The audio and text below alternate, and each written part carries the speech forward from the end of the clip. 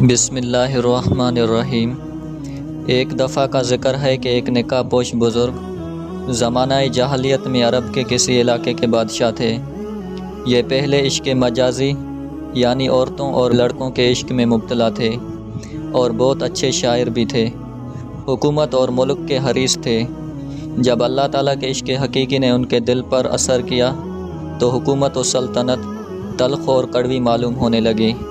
ایک دفعہ اللہ تعالیٰ کی محبت میں بے چین ہو کر بادشاہ آدھی رات کو اٹھا، گدڑی اوڑھی اور اپنی سلطنت سے باہر نکل گیا۔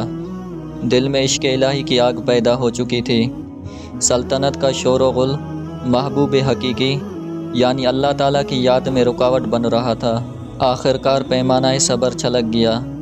اللہ تعالیٰ کی محبت میں ایک چیخ ماری اور دیوانہ وار صحرا کی طرف چل نکلا۔ اس عاشق صادق کی سچی آہ نے اس کو سلطنت کی مضبوط قید و بند سے آزاد کر دیا اور ان کے لیے محبت الہی کی وجہ سے ملک چھوڑنا آسان ہو گیا۔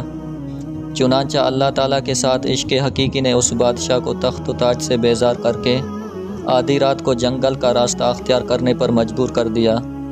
سنگلاخ پہاڑوں، ٹھاٹھے مارتے ہوئے دریاؤں، تپتے ہوئے صحراؤں سے اللہ تعالیٰ کی محبت میں مست دیوانہ وار گزرتا ہوا بادشاہ اپنی حدود سلطنت سے نکل کر دوسرے ملک تبوک کی سرحد میں داخل ہو گیا اور چہرے پر نقاب ڈال لیا تاکہ عام لوگ پہچان نہ سکیں کہ یہ گدڑی پوش کسی ملک کا رئیس بادشاہ ہے۔ ملک تبوک میں اس بادشاہ پر جب کئی فاقے گزرے اور برداشت سے باہر ہو گیا تو ضعف اور کمزوری سے مجبور ہو کر مزدوروں کے ساتھ اینٹیں بنانے لگا۔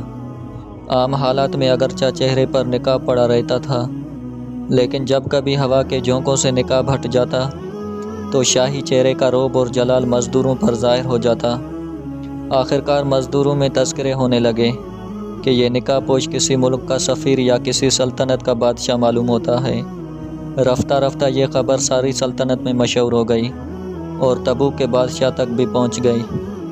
ادھر بادشاہ کو فکر ہوئی کہ مزدور کے بیس میں کسی دوسری سلطنت کا بادشاہ یا سفیر کہیں جاسوسی نہ کر رہا ہو اور میری سلطنت کے راز معلوم کر کے حملہ آور ہونے کا منصوبہ نہ بنا رہا ہو۔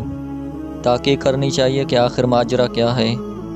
شاہ تبوک نے فوراً سامان سفر باندھا اور خفیہ طور پر حالات معلوم کرنے کے لیے مزدوروں کے جھرمٹ میں گھس گیا جہاں وہ نقاب پوش بادشاہ اینٹیں بنا رہا تھا۔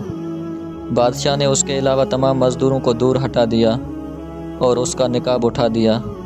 بادشاہ نے اس کے چہرے کی رونق اور خوبصورتی دیکھتے ہی پہچان لیا کہ بادشاہ معلوم ہوتا ہے۔ چنانچہ بادشاہ نے اس سے درافت کیا کہ آپ اپنے صحیح حالات سے مجھے آگاہ کیجیے۔ آپ کا یہ روشن اور چمکتا ہوا چہرہ گواہی دیتا ہے کہ آپ کسی ملک کے بادشاہ ہیں۔ سچ سچ بتائیے کہ آخرکار آپ نے یہ فقیری اور مسکینی کس وجہ سے اختیار کی ہے۔ تبوک کے بادشاہ نے مزید متاثر ہو کر کہا، آپ نے اپنی راحت اور بادشاہت کو قربان کر کے تکلیف اور مشقت کو کیوں اختیار کیا؟ تبوک کے بادشاہ نے اس کے حوصلہ کی داد دیتے ہوئے کہا، اے عالی حوصلہ، آپ کی اس ہمت پر میری یہ سلطنت تبوک ہی نہیں بلکہ سینکڑوں سلطنتیں قربان ہوں۔ مجھے جلد اپنے راز سے آگاہ کیجیے۔ بادشاہ تبوک نے درخواست کی، اگر آپ میرے پاس مہمان رہیں تو میری خوش نصیبی ہوگی اور آپ کے قرب سے میری ایک جان خوشی سے 100 جان کے برابر ہو جائے گی اور میرے لیے بڑی سعادت اور خوش نصیبی کی بات ہوگی۔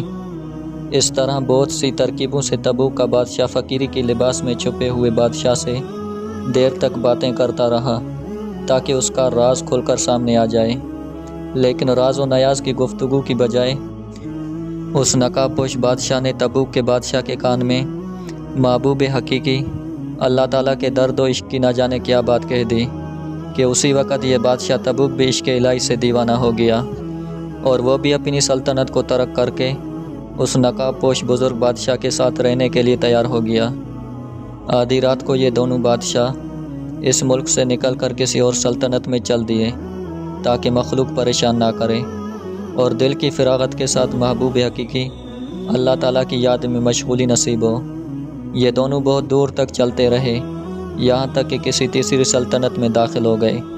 الغرض بادشاہت کو چھوڑ کر آنے والے اس اللہ تعالیٰ کے سچے عاشق نقاب پوش بادشاہ کی بات میں نہ جانے کیسی لذت تھی کہ شاہ تبوک سلطنت کی تمام لذتیں اور مزے چھوڑنے کے لیے تیار ہو گیا، اور اللہ تعالیٰ کی محبت کے مزے کے سامنے ساری سلطنت کے مزے پھیکے پڑ گئے۔